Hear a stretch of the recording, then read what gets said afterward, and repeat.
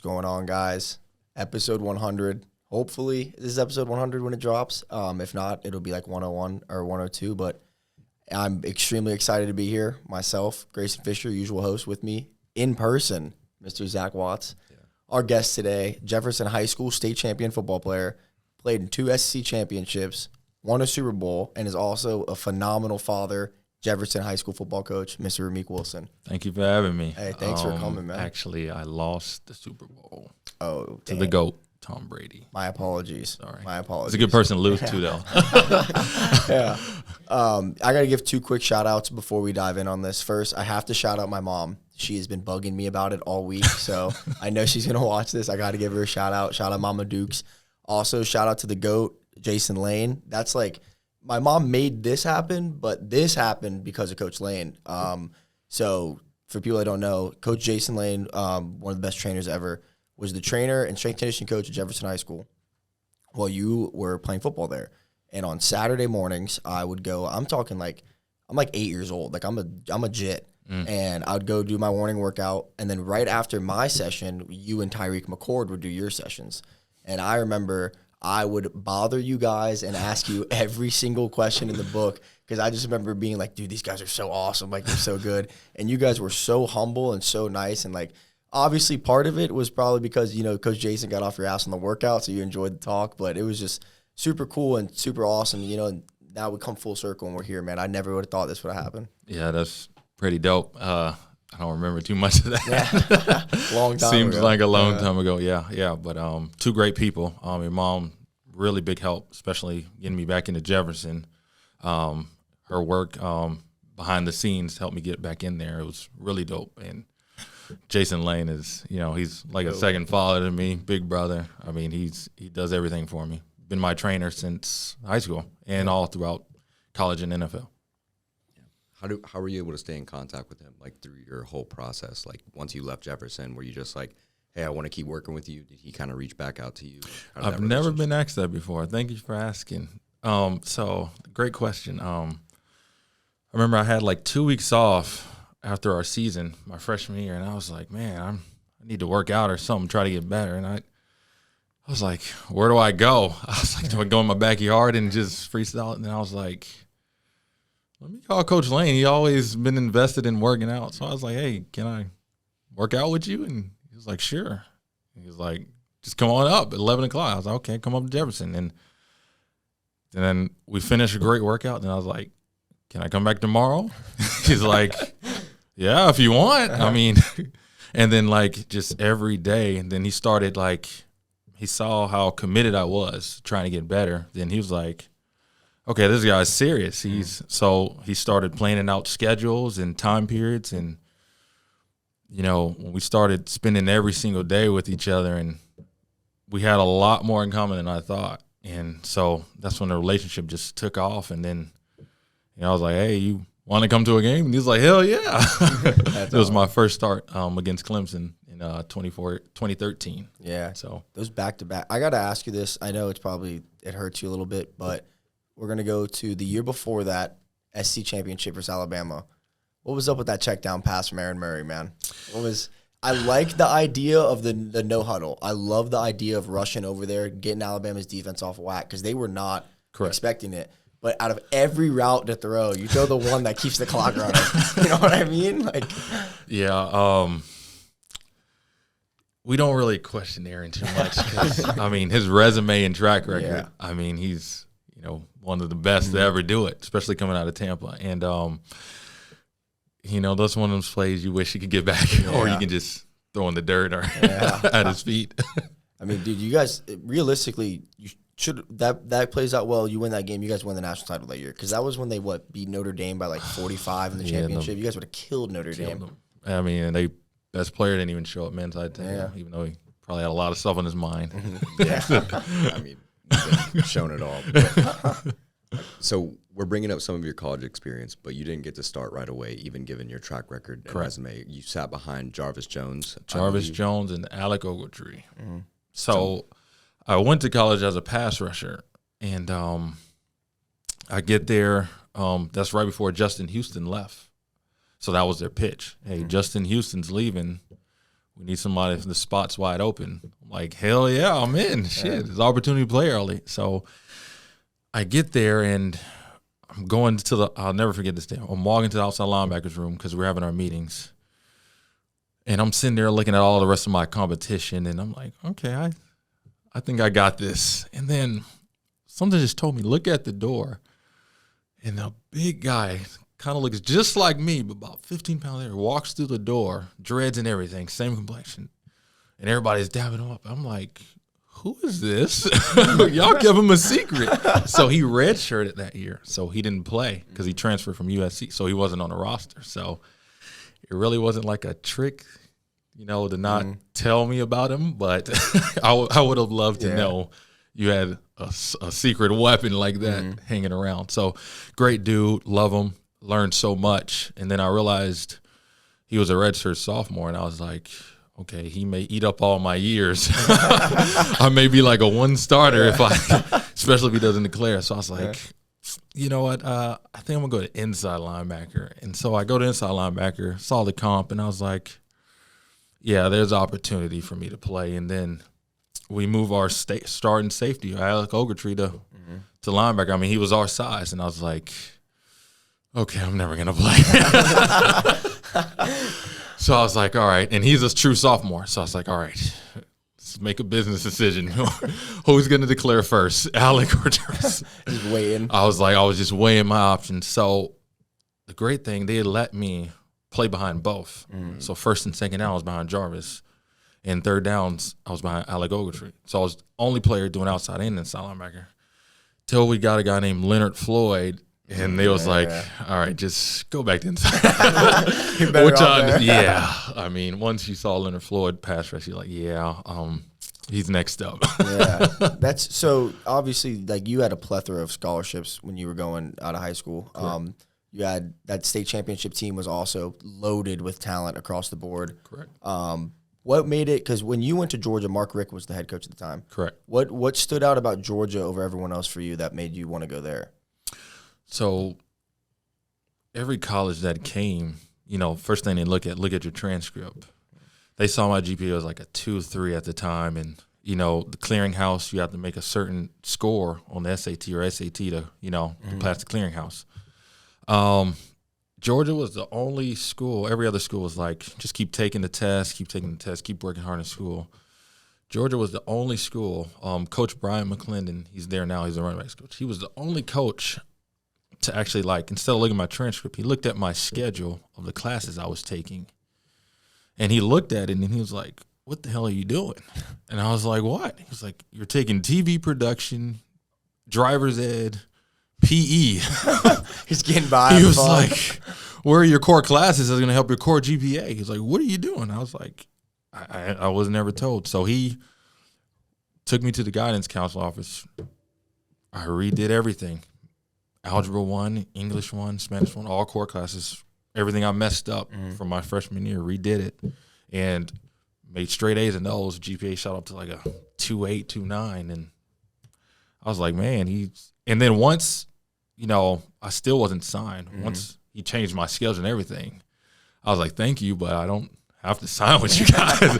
You done got me qualified. Now I can go anywhere I want. I'm happy now. So I was like, you know what? I probably wouldn't have qualified, or it probably came real close if it wasn't for him. So I was like, to show my loyalty, that's the school I went with. Yeah, that's crazy that he went, because I was about to ask, like, were you even committed yet? And no, I wasn't. What's crazy is that he showed that. Speaking on that GPA thing too, I remember, like I said, I was a young kid, so I remember all these things, but I remember you coming back when you were at Georgia and speaking to the Jefferson football team, and you saying how important grades were, because you were saying, like, Stanford stopped talking to you and all these other schools stopped talking to you, and you were like, you don't understand how important that aspect of the game is. Is that something that now that you're a coach, you're trying to, like, implement on your kids too? Because it's so easy to be a kid and be like, oh, I'm just going to play football. But, like, you're a student athlete. You're a student first. Correct. So a lot of people don't know. Once I got hot, once you get one offer, another one comes. So I got about 25 offers at the time.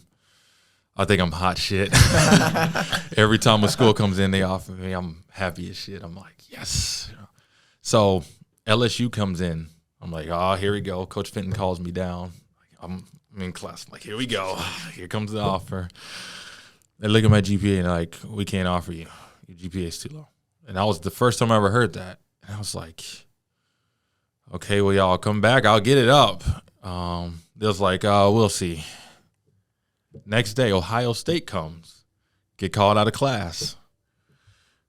I already see him looking down at my transcript right in the mall area. He's looking at my transcript and introduced himself, real nice dude. He was like, if you had a 2.5, I would offer you, but I can't do nothing with you. And he never said he was coming back. He was like, I don't think you have a shot of qualifying. So he left immediately, got up and left. And I'm like, holy shit. So an hour goes by. I'm in like 7th, 8th period. I get called down. Another scout is there. Notre Dame's there. And I'm like, hell no, they're not offering me. So I go shake his hand, and I was like, I already know. I know a 2-3 ain't going to cut it, yeah. But none of those schools ever came back, which, they're Power 5 schools, like top dogs. They can go find another Ramik at that time. They don't come back, But, there's a little piece of me that goes, like, gives me that thought, like, man, if I had my grades, what my career look like?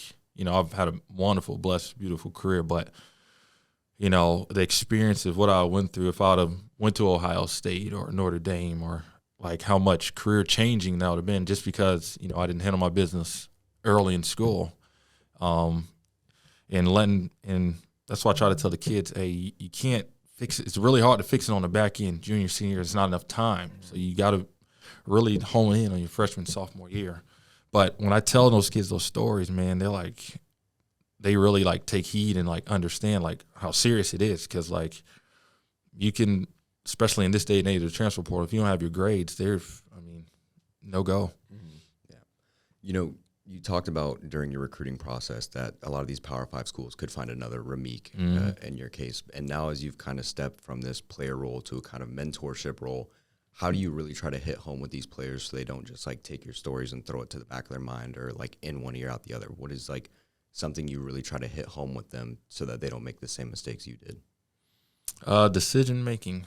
I always tell them, man, just think before you do. Think before you post on Instagram. Like hopefully these little nuggets I'm dropping have a correlation that can build up on. Like, hey, being on time to class, doing the right things, thinking before you post on social media, think before you text or about to do something, skip class. Like there's a cause and effect in it for everything. So I try to build those things and hopefully, they see the light. Like all I got to do is just do the right thing.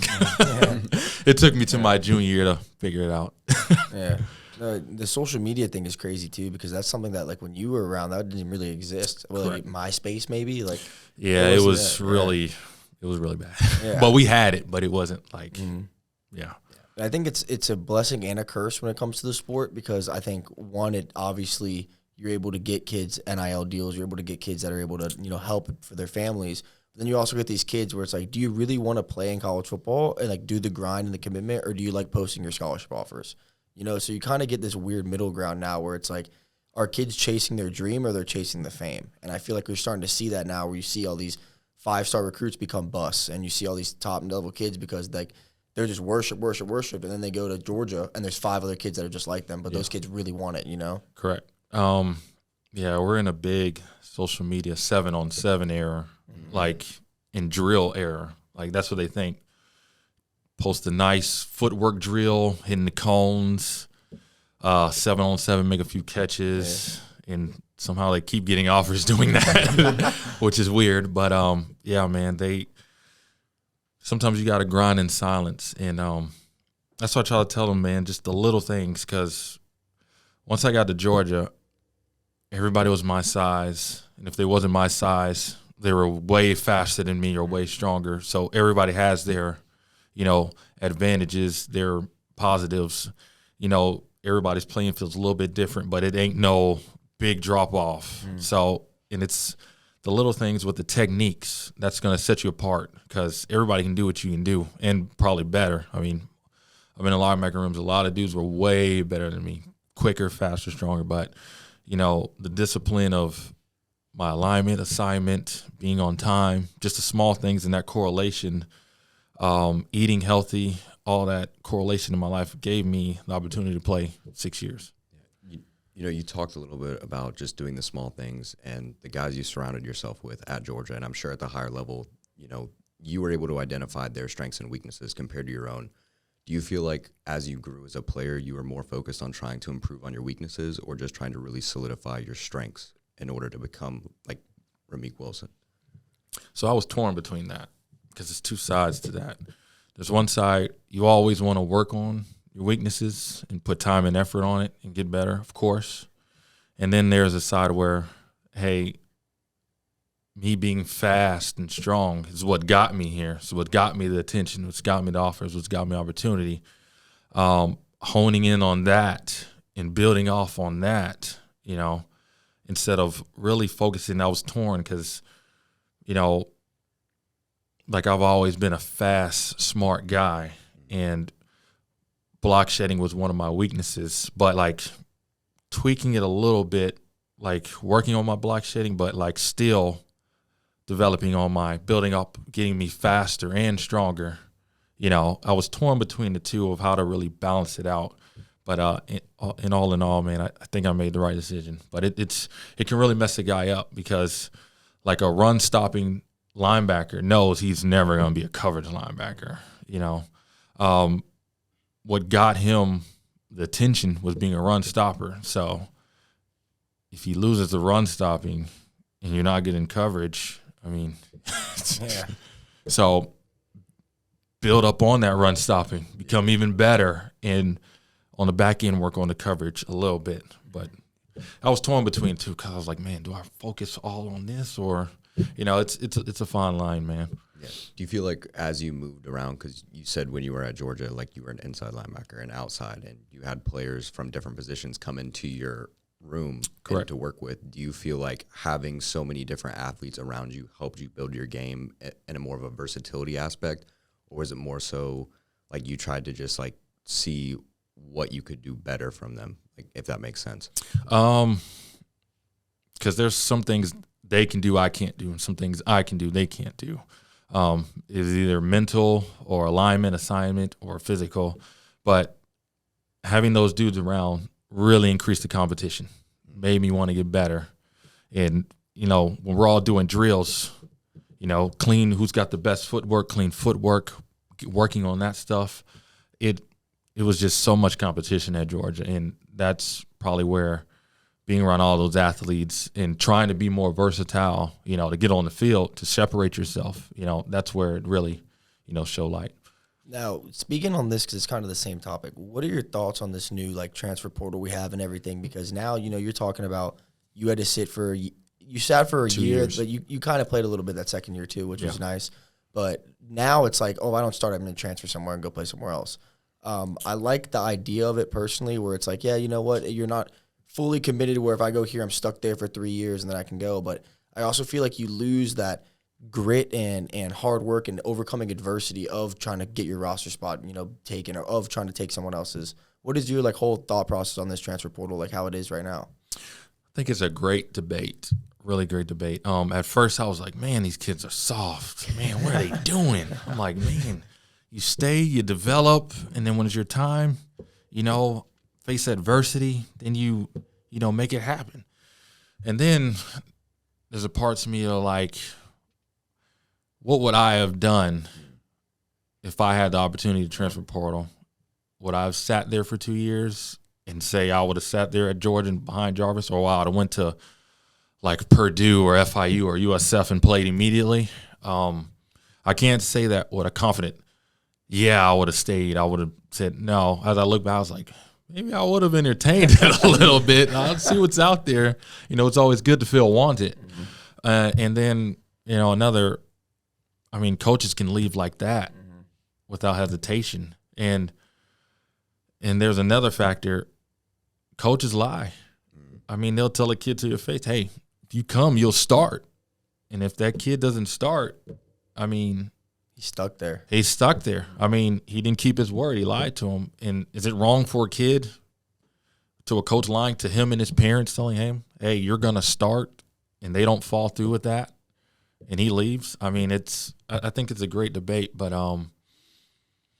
if I had it, I don't know what I would have done, speaking honestly, because my thoughts have changed, on certain factors like that. And like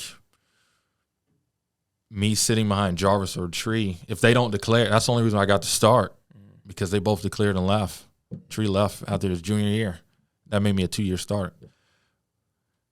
Could I say here confidently I would have stayed and sat 3 years on the bench, and then by the time my 4th year, we've already loaded up on 5 and 4 stars? Who do we play? 4-year senior Ramik, who's never played before, only on special teams and a little bit, or the number 5 linebacker in the nation, or number 6 linebacker in the nation, 4 or 5-star recruit, young guy for the future. So it's a great debate, but it's all about your situation, man.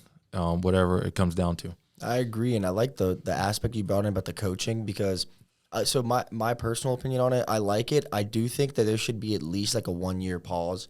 Like if you go, that's fine. I'll agree with that. But see, a 1 year. Going back to the debate though that you're saying, if that's the case for players, it should be the same for coaches. Yeah. Because how come a coach can come and I can bring this recruiting class in and I can make a relation? I mean, your coach becomes a second father to you. You make a relationship with these kids, and then I can leave and go instantly and coach the next season. But you get punished for a year. You get paid wealthy. Yeah, exactly. So like I understand. Like I understand. Like you said, it's a great debate. I understand. Yes, I think sitting for a year is good because I think you get more of that. Maybe I don't want to do it right away, but at the same time, you can't punish players and then not punish coaches for doing the exact same thing. Correct. Instead of sitting the bench at Ohio State, you can be starting, getting experience at Syracuse or whatever lower D1. It don't matter. Yeah. Do you think if you were to be thrown into the fire, like as a first year at Georgia, it would have been better for your career or instead if you were to sit down those 2 years? Like, do you feel like you gained more from sitting behind those type of players and just taking everything in and, trying to really fine-tune things before you hit the field? Or do you think it would have played out a little better if you were to kind of just learn from experience? I think it would have played out better by learning from experience after that first year. Sitting for 2 years, I mean, you can only learn so much for two years sitting there and not applying it to the field without even having an opportunity to apply what you learned, only in practice, and everything scripted in practice too. So, but yeah, definitely sitting 1 year, that's fine. But that next year, if I would have got to at least, see some, that would have been cool, see some action, because the more games I played, the more experience I got. And people don't know, I really haven't played much football up until that point. I only played my senior year and half my junior year. I didn't play freshman, sophomore. Till week 8, my junior year, I played. Had 6 games left, and then we were so good my senior year, after like 2-3 quarters, we were done. Mm-hmm. So, and then I sit my freshman, sophomore year in college, and then start my junior year. I really didn't have much ball. So the more games I played, the better I was getting. Correct. Yeah, and I always thought that was weird because like when I was a Jesuit, you'd have kids that would like make varsity as freshmen and then not play the whole year. Correct. But they would flex that they're on varsity. I'm like, bro, I want to play the sport. Like, I don't care if I'm on varsity. I don't care if I'm on JV. I want to play football. Correct. And that was like a big thing for me. And even in wrestling and other sports too, like I think the title of, oh, look where I'm at, it doesn't matter. You're just standing on the sideline. You're watching an hour-long football game in a pads. Correct. I think that's and that goes back kind of too with that social media thing we were talking about. They can put in their Instagram bio varsity football. Oh yeah, but it's but you're not playing at all. I'd way rather be on a worse team and play and have fun and get to do it, than just to brag that I'm on the team. But if I'm gonna sit and watch, it better be a first round pick. And I was able to learn a lot from those guys: what to do, what not to do, what chances to take when I want to shoot my shot and blitz or cross-face a guard and make a risky play, trying to make a good tackle, what not to do and what to do. I did learn from those guys that. But sitting 2 years, eventually, like, you can only learn so much because, at the end of the day, you can't do what they can do. So, yeah, about a year is good of sitting and watching. Yeah, we kind of see, since NIL's come along, the kind of conference realignment as well. And we kind of see all these teams moving into other conferences, trying to bolster up to wherever the money, like follow the money, essentially. Correct. And I think another one of the problems that comes with that is up until we expand the playoffs again, you're seeing teams have some easy schedules. I hate to call them out, but Georgia's schedule isn't Georgia's non-conference schedule is easy. Their conference schedule is hard as hell. I mean, SEC's the SEC. We're not. It's what you play Florida. You don't play saw Alabama Florida. this year. Yeah. Did you just see Florida? Yeah. But I mean, dude, Florida-Georgia rivalry, that doesn't matter. It's like the same thing with Florida State. Like, it doesn't matter how bad they I are. don't know. That's a new Florida. This new era of Florida is not. Yeah, we're Seminole fans, so it's okay. Oh, y'all got a big game coming up. Yeah, we do. Yeah. Unlike Georgia. Probably our first test will be what? Tennessee, maybe? But it's at Tennessee, I believe. At Tennessee. Yeah, that's probably They even look kind of suspect today versus Virginia, too. Yeah. So. I mean, maybe Spencer Rattler. And Get out of here with that. I know. But You gotta he threw like 4 interceptions against us last year. He's a turnover machine, bro. Yeah, he was terrible. But those last 3 games last year, he was on fire. Yeah, I'll give him my respect. He was on it. Yeah. Yeah. But you kind of see this, like, because you talked about it, like when you're not facing that top level competition, your starters are going to be out by the third and fourth quarter. They're not getting those reps that they really need, whether it be for experience or for like their draft film, like they're trying to put that together. So do you think as we move on, we're going to see kind of a format change to where they try to force teams to face harder, like other teams, and whether it be more conference games, whether you try to put the rankings based off strength of schedule? Because right now it's just like, hey, go 12-0, you'll make the playoffs anyway. Like, it doesn't. Yeah. Well, also, sorry to interrupt. No, you're good. With the conference alignment, though, I feel like it's inevitable that schedules are going to get harder. You can't really run anymore. I mean, starting next year, the Big 12 has 17 teams, 16 teams. So is your whole schedule in conference games? Well, I mean, even if it's not, you're going to have to play 8 to 10 of those games. And, like, you can't run if there's that many good teams. You're getting the whole Pac-12. You look at the Big 10, they're getting the 4 best teams in the Pac-12 right now. I mean, outside of Houston. I feel like, I agree with you. I feel like we ran away from it, but I feel like with the conference, like, changing, it's almost inevitable that you have to play at least 3 ranked games a year. I feel like it's forced. I don't know what's going on with this conference stuff. I mean, who voted to let SMU and Stanford and Cal? I don't want to talk about that. I mean, they've been losing programs for the past 5+ years, and it's not going to help Clemson's case. If I'm Clemson, Florida State, I would definitely leave. They are gone. I don't know what they're doing. I saw I like Reddit's Twitter account for college football. I'm not a big Reddit guy, I just like their account. And they were talking about it what was it? It was somehow or another the last time. Okay, this is what it was. Pac-12 wanted to add 2 teams or something last year, and USC and UCLA were against it. And then a year later, they leave conference. And now Florida State and Clemson are against 2 teams coming into the ACC. Yeah. They're most likely going to leave next year. That was the dumbest thing I've seen in a while. USC and UCLA joining Big Ten. I mean, so when they get their ass beat in December, flying to Rutgers in 2-degree weather, this is going to be funny. The thing is, too, did you watch? And Zach was one that showed it to me. But did you watch their opening game at home? They didn't even fill out a fifth of the stadium. I know. You can play the worst team in the Big Ten; it is sold out. Like that's just how it is. Agreed. Yeah. Speaking of which, on big environments, tough atmospheres to play in, what do you think was some of your professional or college's toughest atmospheres to play in? Like, what really just rattled you when you walked out of the tunnel that you were like, this is the big house? I missed a few. I wish we played in season like SEC play, because I missed out on I don't have an opportunity to play like in the swamp or at 12th man. Is Florida Georgia always? Jacksonville. Yeah. I always wanted to play in a swamp. I didn't have an opportunity to play in Mississippi State with the Cowbells. I would have loved to. What about Death Valley? Did you play at Death Valley?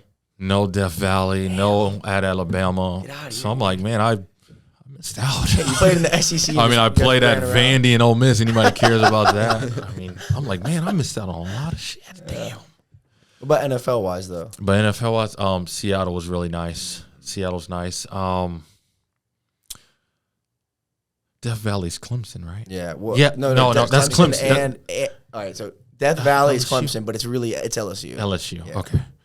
LSU was okay. You played at Clemson, though. Yeah, I played at Clemson. That was my first start. It was cool. I liked the balloons and stuff, and it was running down the hill. It was my kid's cool. birthday. It was cool. A lot of orange. Yeah. I mean, definitely Seattle Seahawks. That was rocking. Houston Texans. Really? They've got a really big stadium, and it fills up. Arrowhead, Chiefs. Yeah. I mean, that thing is rocking, especially third downs. I don't think anything really tops Arrowhead. A little older stadium, of course, but it's the way it's built. It's legit, probably the loudest I've been in. Yeah, no, it's awesome. Speaking on that, I want to talk about the Super Bowl. First of all, I'd like to apologize. Horrible journalism on my part, by the way. I am going to blame my mom on that. So she's going to get love and hate from this pod. But what was that like? You're a little kid. Your whole dream is playing the Super Bowl. That's what every kid in the world, they Correct. throw a football with their dad. When you actually got there, whether it was you landed there, you won the championship game to go there, or like even, right before the game started. Did you ever get that feeling that was like, this is the moment, like I'm actually doing this right now? So the Super Bowl was in Atlanta, so I played in Atlanta a lot. So brought back a lot of Georgia memories being back in Atlanta. But our coach Sean McVay, he had us so locked in, zeroed in on like taking it day by day, and he really kept us. He did a great job keeping us focused and pretty much away from the Super Bowl, keeping us focused, which we needed to because there's a lot of distractions out there. I mean, it's huge events every day, but. Once you hit that field and you go to your locker and you see that like patch on you, yeah, it was badass. That's awesome. Yeah, that's awesome. I gotta ask because I'm the biggest Tom Brady fanboy in the world. What was it like looking across the field and just seeing him like playing against him? So I got my Tom Brady fetish out already. My second year when I was with the Chiefs, we played them at their house, and I remember I took the field and like. He's so fucking tall. He's got like this So handsome.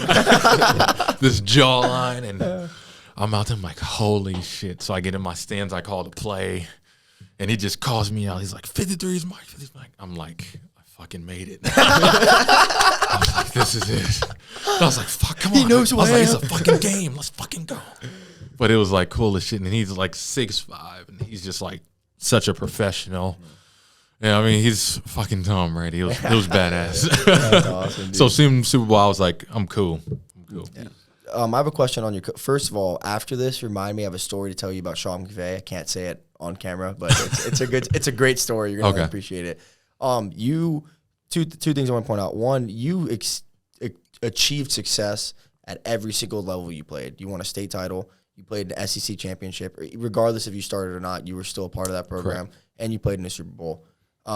My first question for you is, what was that like, knowing, because there's a lot of people that make it, there's a lot of great people that never played in a state championship, that never played a conference championship or a national championship, and they never played in the Super Bowl, and they have very long careers. Correct. So what was it like to actually achieve those things and not only reach success for yourself, but as a team, every single level you played on?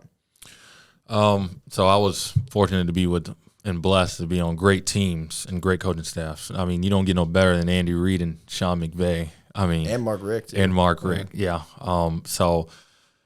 Everything they had in common was the little things, foundation, taking it day by day, not looking forward, not looking a week ahead, 2 weeks ahead, taking it day by day, controlling what you can control.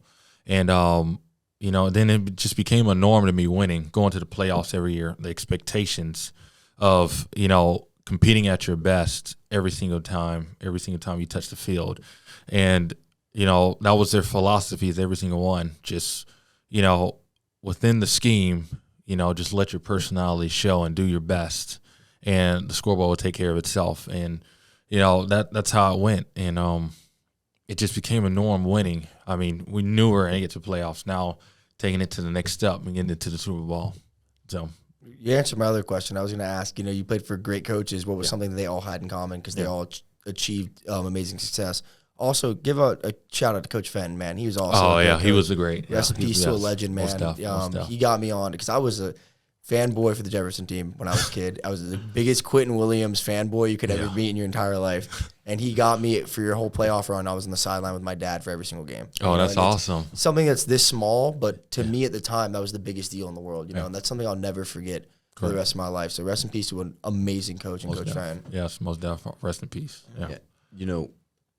Grayson brought up a little bit about how you've achieved success at every level you've played at. And a lot of the times you set expectations for yourself. People set expectations around you. But one of the things as humans, it's in our nature that once we achieve success, we often become complacent in our journey.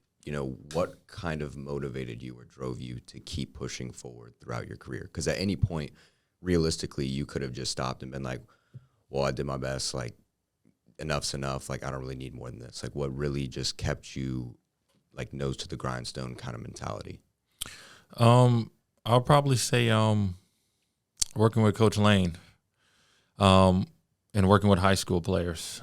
So every offseason, I would come back to Jefferson, and I'll get my training in with him, and all the hungry high school players be there trying to, get better.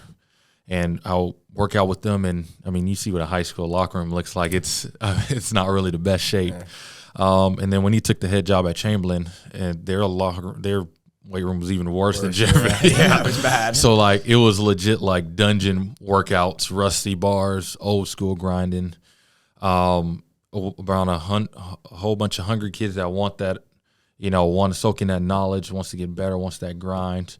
And you see it on Twitter with Nick Chubb. He's always at his high school every offseason squatting 800 pounds, breaking the internet. So, yeah, man, just that fire of, always wanting to, to be better. I always wanted to, prove doubters wrong.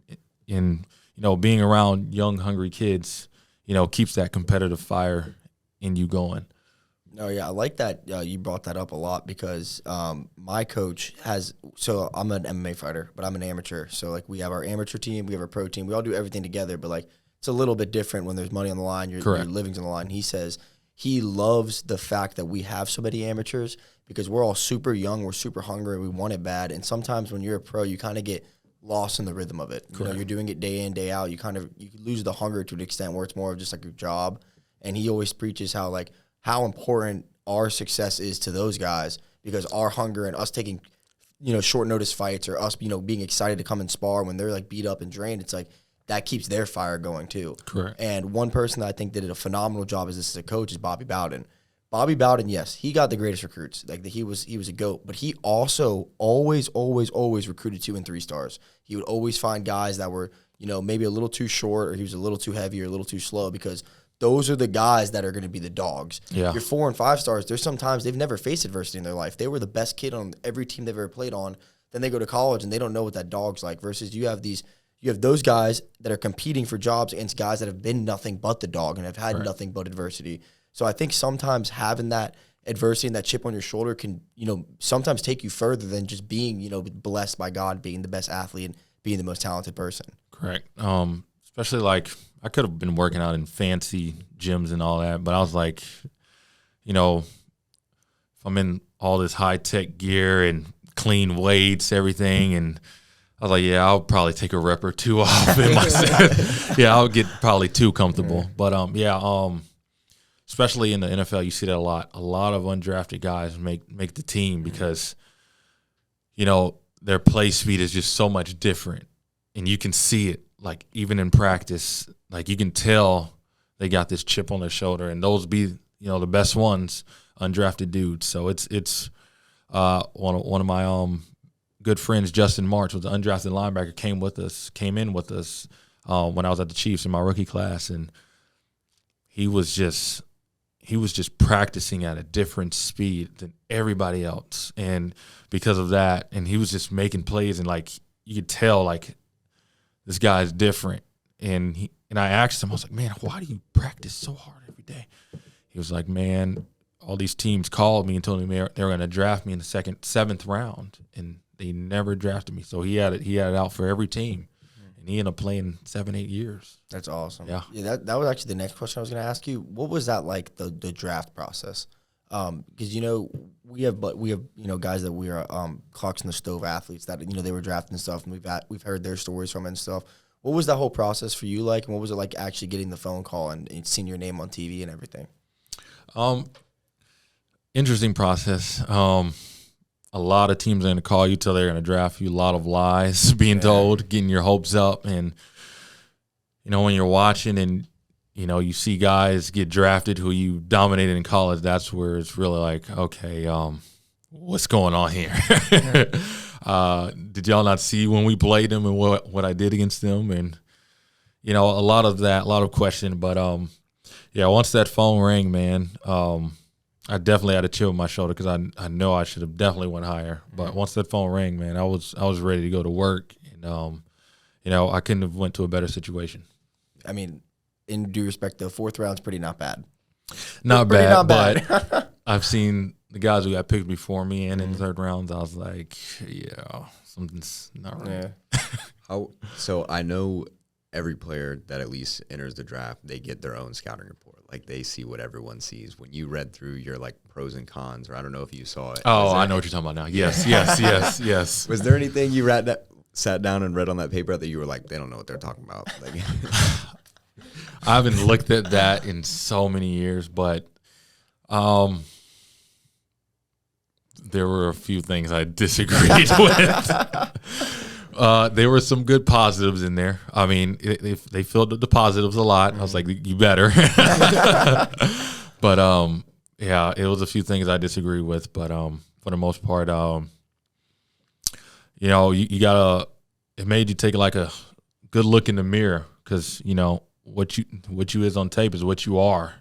And self-evaluation, even from a third-party view, having somebody critique you, even though they use harsh words, like one I saw was like incapable of like block shedding on some guy's stuff. Mine's into that, but I'm like the harsh words. I'm like, holy shit! And it's just some fat guy that works for ESPN. I'm like, dog, like just say he needs to work on it. Be nice, man. Damn.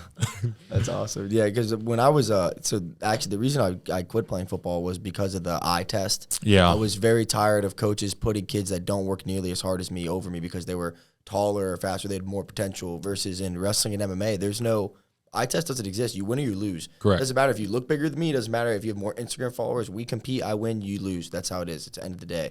And I feel like with this eye test, you see people like you were talking about get drafted too early, or you see guys like that. Was that something that played in your mind, or like God had a plan, or you knew it was gonna in the long run be there no matter what? Yeah, I knew I was gonna get opportunity. I didn't know when or where because I've lied to Dolphins. Told me they were gonna get me, they didn't in the third. But I trusted God, man, and I knew wherever I went, ended up I was gonna work hard and do what got me to that point, and head down, keep working every single day. And so I'm new to coaching, and that eye test is something I caught myself doing. It's real, dude. It's real. Yeah. I because there's guys that like want to play, want to compete, and I'm like, bro, look how skinny you are. I can't put you out there. Real skinny dude wants to play linebacker or sometimes be making plays, And then like last week, I gave him a shot, and he held his own. I was like, holy shit, you can do it. Even though you don't look it. And I was like, fuck, I can't judge. I shouldn't judge a look by its color. I was like, you can't do that. Fuck. Yeah. Even though how skinny or how may not strong he be in the weight room. But, on-field strength is real. It's different too. But, I caught myself doing it. And on the way over here on my Twitter, I saw it about Sauce Gardner. They didn't even want to play him at Cincinnati because he was so skinny. And they were like, they've had so many injuries at DB, they put him out there because it was so many injuries during the game. His first play, he gets a PBU. Next play, he gets an interception, pick 6. And then Coach Figel was like, damn, we messed up. We fucked up. We should have been playing. Dude, you see the stat on him that was like what? He played like 1,000-something snaps, no touchdowns No ever. touchdowns. Yeah. Insane, dude. He's and a he hell of a played good player. teams. They played against Georgia. They played against Alabama. Like good teams, dude. Waddle, all of them was out there. Ruggs, all of them was out there. And he's something special, man. Yeah. I mean, I stopped playing football because I took a helmet to the chest, and I was like, not. Understandable. Yeah. Baseball is way more fun. Yeah. A lot of kids and people don't understand how physically taxing it is. I mean, you're going to pay a price to play football. I mean, like my neck, my back, knees permanently hurt forever. A little bit of your soul, too. Oh, yeah. It'll take years off your life. Yeah. Oh, yeah. It's a big-time commitment. And I try to tell kids and everybody else, hey, man, you will never feel fresh or like good going into a game. You will always be hurt in some capacity, especially like in the NFL. I mean, from the end of July July 25th all the way till September, that first week of September, you're in camp. Mm-hmm. When camps break, you're still in camp pretty much. Yeah. Even though you're not in camp anymore, you're still practicing all day. You're not going to get no 2-3 weeks off or a week off. You're grinding. So you'll be so beat up, and you just got to find that. I mean, it's got to be in you, the extra gear. And you've got to have good eating habits and good weight room habits, to protect your body, joints, pains, because, it's a real deal grind, and it's a big time commitment, man. Yes. I'm sorry, Zach. I'm a youth wrestling coach as of recently. It's my second year doing it.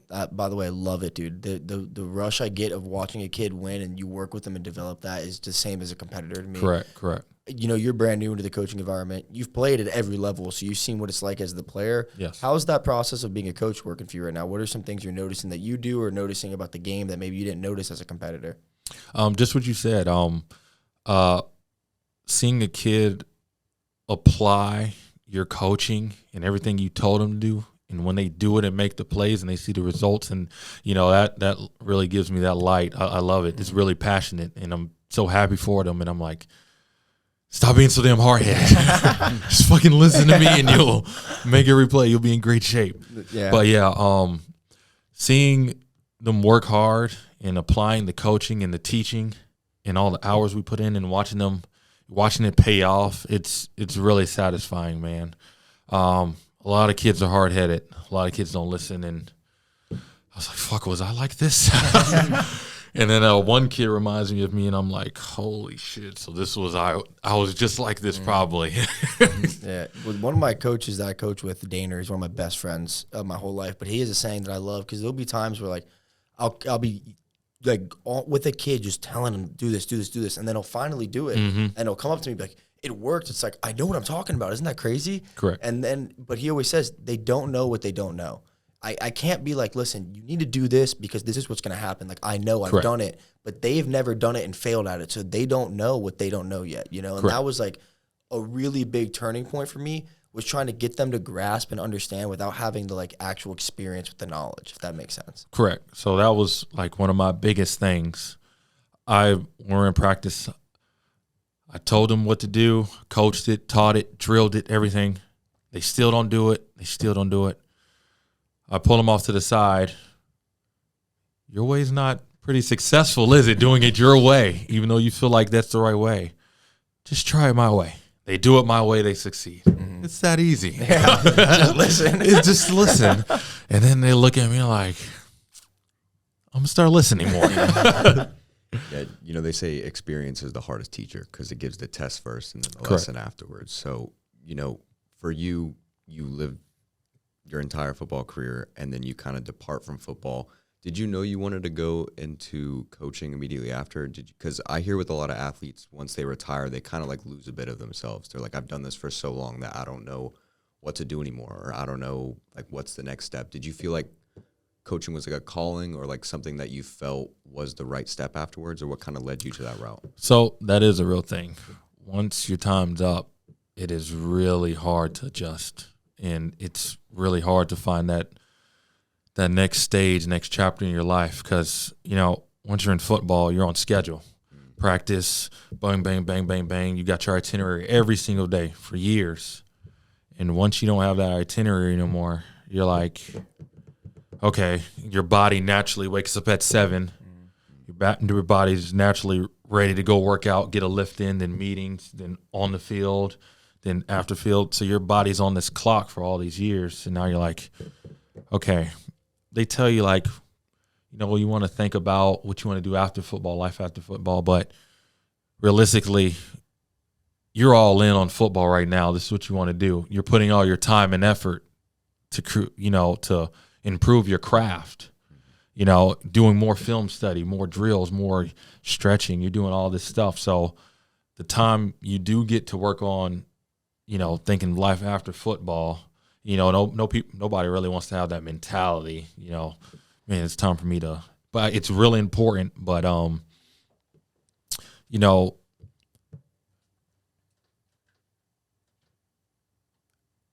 think the NFL does a great job, helping the transition phase, because a lot of dudes really don't know what to do. and they still want to play, even though they're not allowed to play or can't get a call, or in that loop of you may get on a team, get cut. It's their real loophole. But I've always wanted to try out coaching because I know how much time consuming it is. It's a big commitment. You got to be there every day, Saturday, Sunday. I mean, you're there all day like a player, even more hours than a player. And I'm giving it a test run now to see how it goes. But as of right now, I'm loving it. It's awesome, man. So I think we're going to dive in now to the fun part, our draft. So we do a draft at the end of every podcast. Zach was the one that came up with this idea. So we just did one what was the one we just did? Oh, we just did a draft that was like, what are little things that make your day way better? So we're going to do the opposite now, I guess, and just biggest pet peeves. Biggest pet peeves. So we'll just go this. You can start and we'll just work around this one. When I'm on a plane and everybody gets up when we land. That's a good one. And I'm just like staring at everybody and they got their luggage in my face. Yeah. I'm always in the aisle seat too. I don't know how that happens. And I'm like, we haven't even made it to the dock yet. We just landed.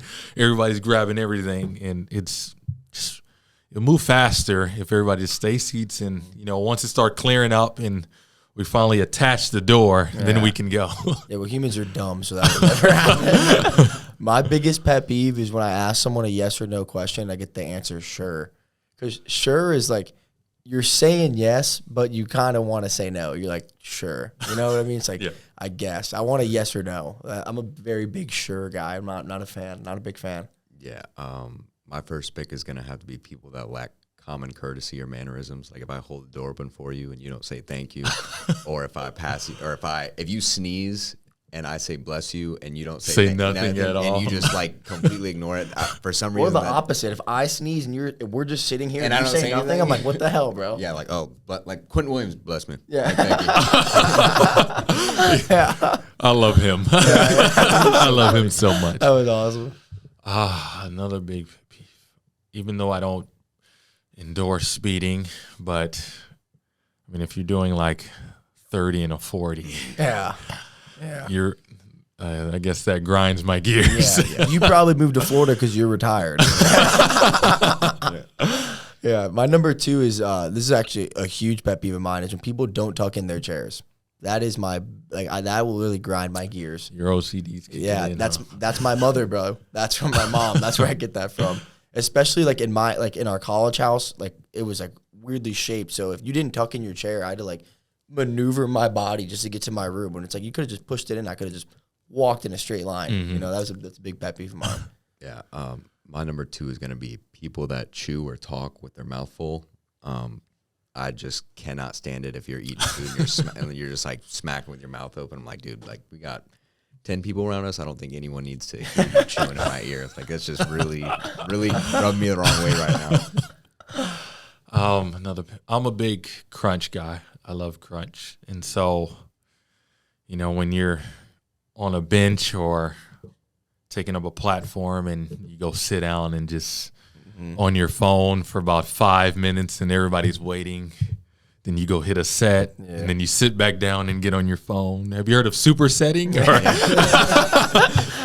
Intervals, there's a line. You're never going to get stronger like that. No, 1 rep, then 5-minute break. It's that exact reason why I'm a private gym guy. I go to a private gym. I've been my trainer now for 9 years. Like it's just, I went to a public gym once a couple weeks ago, and I was like, damn, I am spoiled at this private gym. I am spoiled. I have every machine I want whenever I want it. Like it's so nice. My next pet peeve is couch coaches.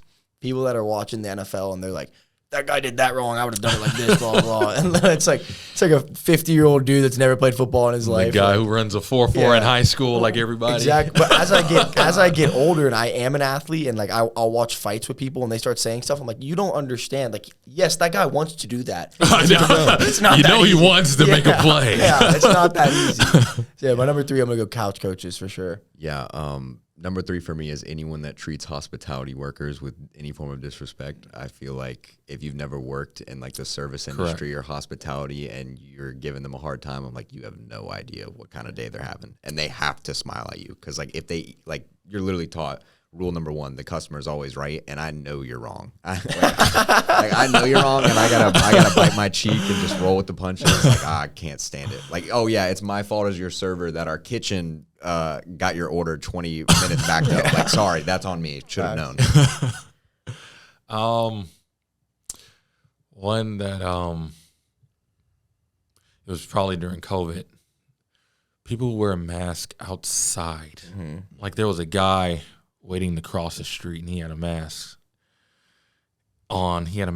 I'm like, you're by yourself in the open. I think you might be okay. Yeah. I mean, we're not enclosed doors. It's not lurking for you. I think you can just take it off right here. You're walking outside. You ever see those people, too, especially during COVID, and I'll still see it sometimes now, they're driving by themselves. Yeah, with the mask on. By yourself. Like, your passenger seat's not going to give you COVID, bro. I'm like, okay, if you're like an Uber driver and you got like a full, okay. But like, if you're by yourself in a car with a mask on, I'm like, I think you'd be okay. Yeah, I think you might be safe. My number 4, I'm going to go with people whose whole personality is telling you that they go to the gym.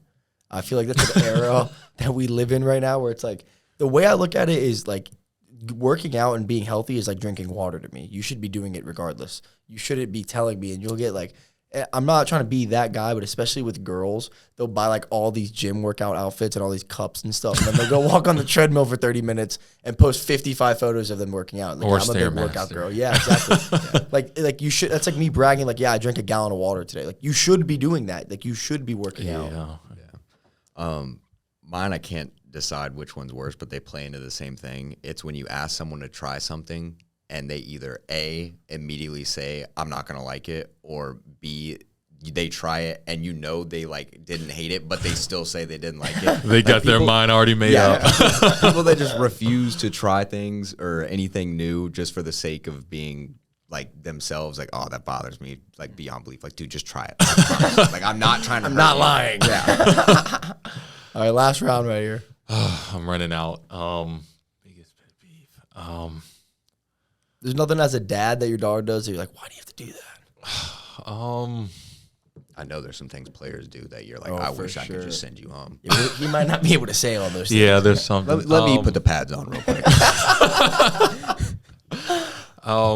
Probably my daughter with the why. Why? Because why do I need to eat my vitamins? Why? Make you healthy. Why?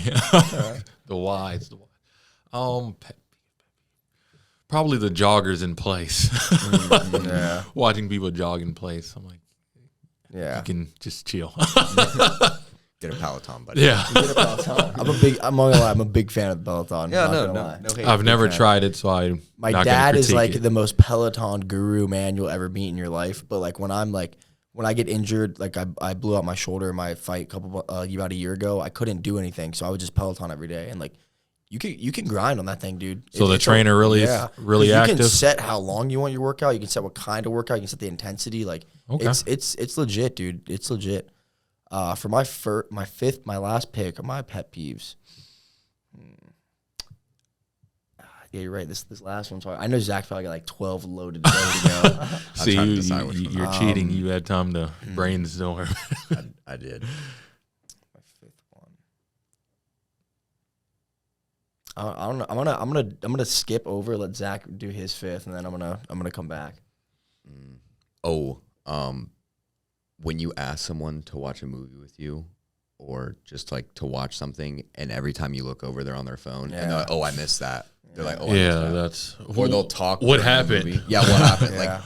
Like, dude, I put it on. Like, at least like if you're gonna, don't sit after the movie and then afterwards you're like, yeah, that movie sucked. I'm like, did it? I don't even think you could tell me what happened. But like at the same time, it's like whatever. Like I'm watching it from my experience, I guess. Like even though I've seen the movie, I wanted you to enjoy it. I'll just watch it again. Yeah, I'll just watch it again. I would say it came back to me when you get like when you're going out or you're doing a special occasion, you wear like an outfit that you're really excited for, then you stain it instantly. Oh yeah, it's just like, oh my gosh, it's a huge pet peeve of mine. Or if you wear black and you're like, oh, I can't stain it because I'm wearing black, and then you get like white on it, and you're like, how does this happen to me? Yeah. Here's some powdered donut. Yeah, literally. Yeah. Heavy lint, heavy white lint all over your black shirt. Yeah. Hey, but I think that's everything. Ramik, dude, I'm so thankful for this, man. I really appreciate it. If you ever want to come back on, the door is open for you. Once again, shout out my mom because she's going to want me to say that 50 times. And I'm not going to hear the end of it for the rest of the school year. I'm going to tell you that right now. But I really appreciate it, especially with your tight schedule and everything. And good luck in your game tonight, man. Thank you. Thanks for having me. Yeah, best of luck, man. Thank you.